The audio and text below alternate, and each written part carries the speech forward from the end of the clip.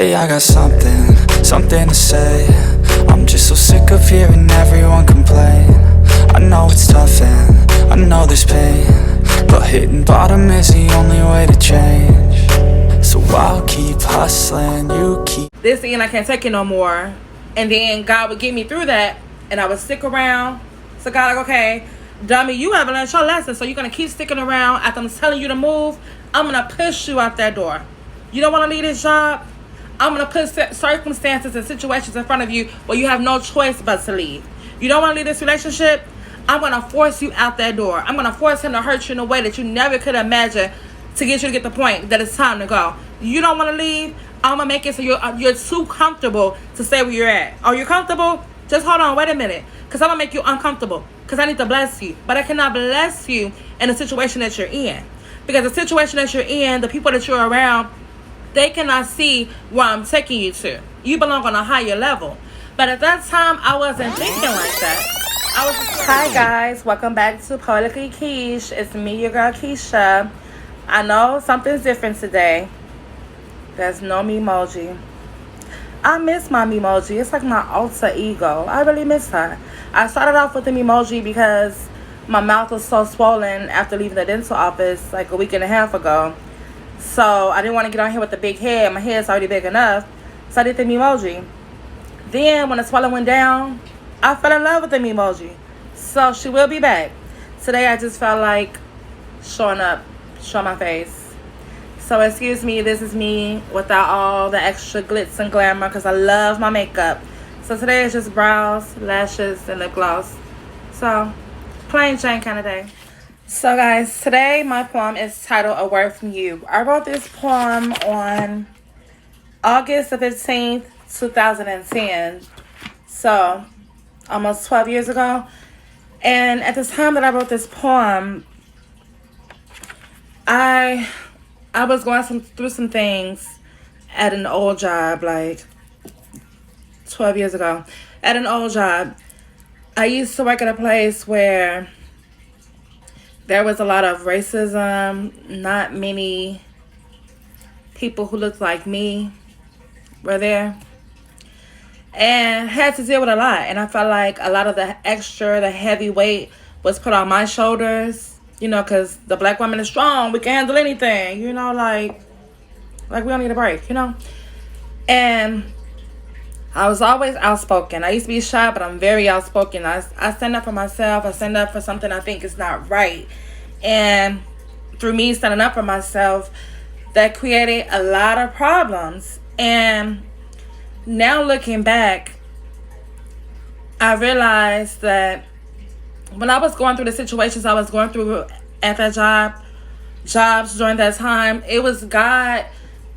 I feel like God was putting battles in front of me to test me, to say, okay, my child, if you're not happy here in this situation, if you're being mistreated, not paid fairly, equally, working hard, backbreaking work, hurting yourself at work, if you're going through all these things and not liking how you're talking to, treated, all these different things, why are you staying here? You know you're better than that. I created you better than this. You don't have to stand here and deal with this. But me, I would go to God crying and complaining about it all the time, writing my little poems all the time. But I wasn't doing anything other than crying and complaining to God and write my poems. I didn't actively go searching for another job. I kind of got lazy and too complacent in the situation that I was in. So I just stayed there and I complained. And I complained. And I got tired of complaining, took a break, and complained again the next day, instead of making a change and doing something about it. So I feel like God, every time something would happen, get over that hurdle at this job. It could be a job, relationship, because this happened to me in jobs and past relationships. God will put something in front of me, and I feel like, okay, this and I can't take it no more. And then God would get me through that, and I would stick around. So God, like, okay, dummy, you haven't learned your lesson, so you're going to keep sticking around. After I'm telling you to move, I'm going to push you out that door. You don't want to leave this job? I'm going to put circumstances and situations in front of you where you have no choice but to leave. You don't want to leave this relationship? I'm going to force you out that door. I'm going to force him to hurt you in a way that you never could imagine, to get you to get the point that it's time to go. You don't want to leave. I'm gonna make it so you're too comfortable to stay where you're at. Are you comfortable? Just hold on, wait a minute, because I'm gonna make you uncomfortable. Because I need to bless you, but I cannot bless you in the situation that you're in. Because the situation that you're in, the people that you're around, they cannot see where I'm taking you to. You belong on a higher level. But at that time, I wasn't thinking like that.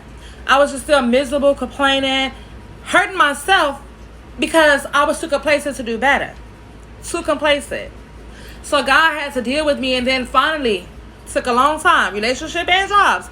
It took a long time for me to understand I deserve better than this. Like, why am I constantly hurting myself? I deserve better than this. I deserve better. So now, looking back 10, 12 years later, rereading this poem and thinking about the mind state that I was in, I was in this recent uncomfortable position with where I was working. Very uncomfortable. And I know that God had to put those situations in front of me to knock me down, to force me to get up and fight back and be stronger. Fight back in a sense of doing better. Looking for another job, making a career for myself, just doing better. So, because you don't have to sit there and take it. I sat there and took it for too long. It's a God had to really put things in front of me. And it came to the point where the job I had, the last one, the people at that job were so racist. It was a hospital. They were so racist.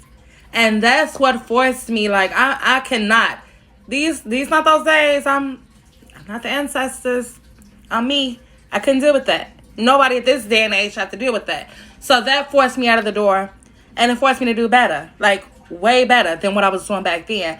So this poem is just to encourage you. If you feel like things are happening to you, you keep getting knocked down, maybe don't stay down. Don't ever stay down. But use that as motivation to get up and do better. Fight harder in a way that you've never had before. And watch how God open doors for you. Because I promise you, God opened doors for me.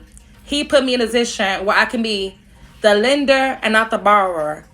And back when I was a borrower, I had to keep asking my family members, my mother, uncles, whoever for money. That was a very uncomfortable situation. I used to always tell God, I don't want to be the person that keeps asking for money. I want to be the person that you can ask for money. I want to be able to help you. But I'm tired of being the one that needs the help all the time. And now God's put me in a position where I can be the lender and not the borrower. And that's like the best feeling ever, but it's something that I prayed on. And I still have a long way to go because I want to be able to lend out some big bucks. You know what I realized on today? That my sweet Jesus can always make a way. At times when I feel I don't know how I'm going to make it, I hear a voice that says, my child, all your problems, I'll take it. He goes on to say, lean not to your own understanding, because the things that I may do can seem outlandish. He tells me to trust in him, and he will provide. Don't ask questions, nor wonder why. I often ask, Lord, will I ever find what I seek? In time, my dear, but now you're too weak. And I ask thee, how can that be? Because your faith is there, but is it there fully? He goes on to say, you come to me with your problems, but instead of waiting for my solutions, you look for your own methods of solving them. My child, trust in me, and you shall see. In due time, you will have the victory. For now, I need you to know the power in what I do will forever show. I just need you to be ready to receive the blessings that shall be showered down by me. In my response to all of this, I said, Lord, I thank you for your word in which I cannot resist. Now there's something that I must do, and let's give thanks, Lord, for a word from you. Be blessed.